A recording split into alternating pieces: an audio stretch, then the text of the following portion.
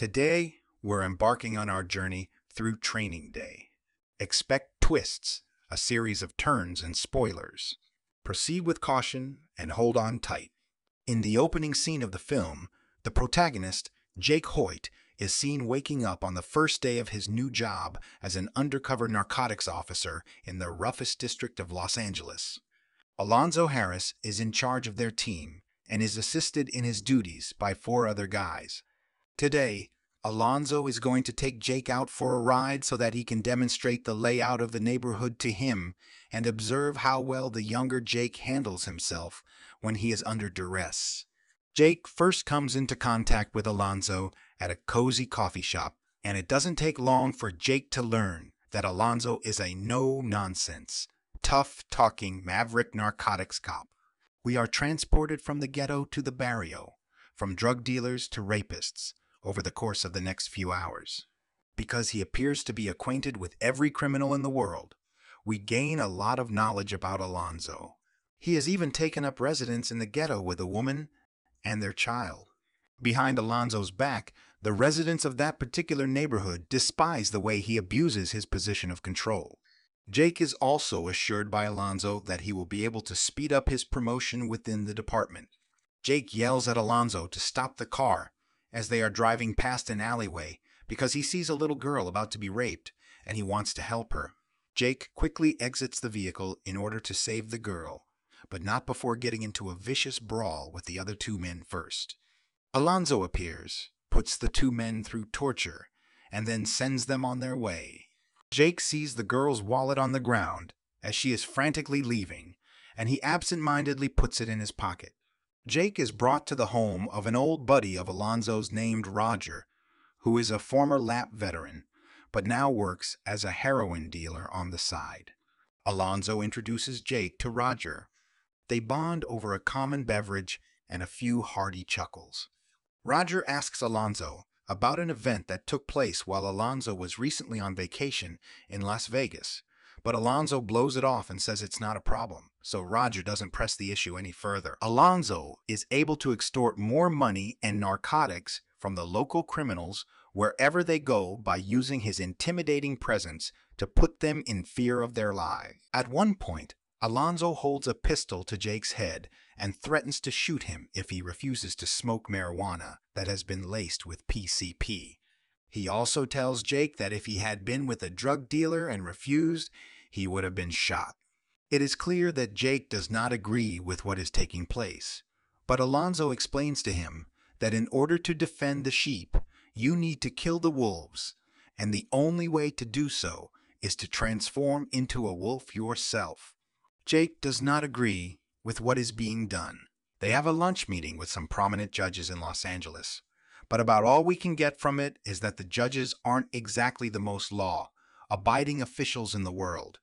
They also ask about his time in Las Vegas, and Alonzo responds similarly to how he did with Roger, which is to say that he appears disinterested in it. He requests a search warrant from the judges, and the judges grant him the request. After meeting up with the other four members of the unit, Alonzo and Jake, armed with the warrant, burst inside the modest residence. It turns out that Roger owns this house, and he has $4 million hidden somewhere in the floorboards. Alonzo and his crew have decided that each of them will get a third of $1 million from the stash. Jake is not at all sure how the business transaction will play out. As they continue to discuss their strategy in the living room of Roger's house, Alonzo gives Jake the order to shoot Roger. Jake is adamantly opposed to the proposition, but Alonzo decides to carry it through on his own, arguing that it's not what you know, but what you can prove. Jake seizes the shotgun out of nowhere, holds Alonzo and his gang at bay, and informs them that he is not going to play along. After telling Jake that a blood or urine test will indicate that Jake has taken narcotics, Alonzo is successful in getting Jake to back down, and at this point the paramedics have arrived, but the crime does not appear to be questioned. Jake informs Alonzo that what had occurred was a murder once they are back at Alonzo's car. Alonzo rebuts, stating that Roger sold narcotics to children in his community, and that because the money was obtained illegally, it rightfully belonged to them because it was unclean. It would appear that Alonso is willing to concede one point, which is that Jake is still a beginner and requires more time to become accustomed to Alonso's shady operations. They make their way to Barrio, where Alonso informs him that he has a responsibility to deliver some items to the household of one of his informants. Jake waits for Alonso in the kitchen while he is in the restroom, so that he may see the card game that is taking place. Smiley, the owner of the house, discovers the package that Alonso had left behind and has his sister count the money that was contained within it. Jake joins Smiley and his buddies for a game of cards, during which there is a brief conversation concerning Jake's sidearm. This conversation is actually a ruse devised by Smiley's friend Moreno. Smiley, the individual intent on stealing Jake's weapon, reveals that Alonso abandoned him and proceeds to divulge the events that transpired in Las Vegas. Supposedly, a Russian mobster had been mouthing off to Alonso until Alonso lost his temper and beat the man to death in Las Vegas. Smiley then reveals that Alonso left him behind and explains what occurred in Las Vegas. The leaders of the criminal organization provided Alonso with an escape route. Pay them $1 million and they will forget about the event. If Alonso is unable to make the payment by midnight, he will be tracked down and put to death. Jake, who is aware that Alonso has set him up, makes a valiant effort to fight his way out of the situation, but Smiley and the other members of his crew take him down.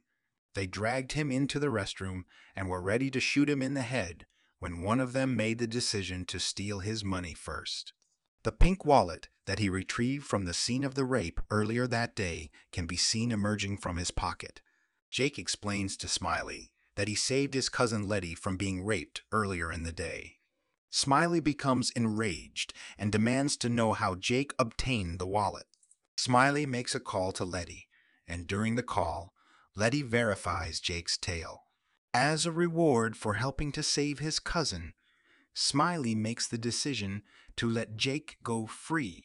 After hopping on a bus, Jake travels out to the most dangerous neighborhood in South Central, where Alonso is residing, and confronts him just as he is preparing to hand over $1 million to the Russian.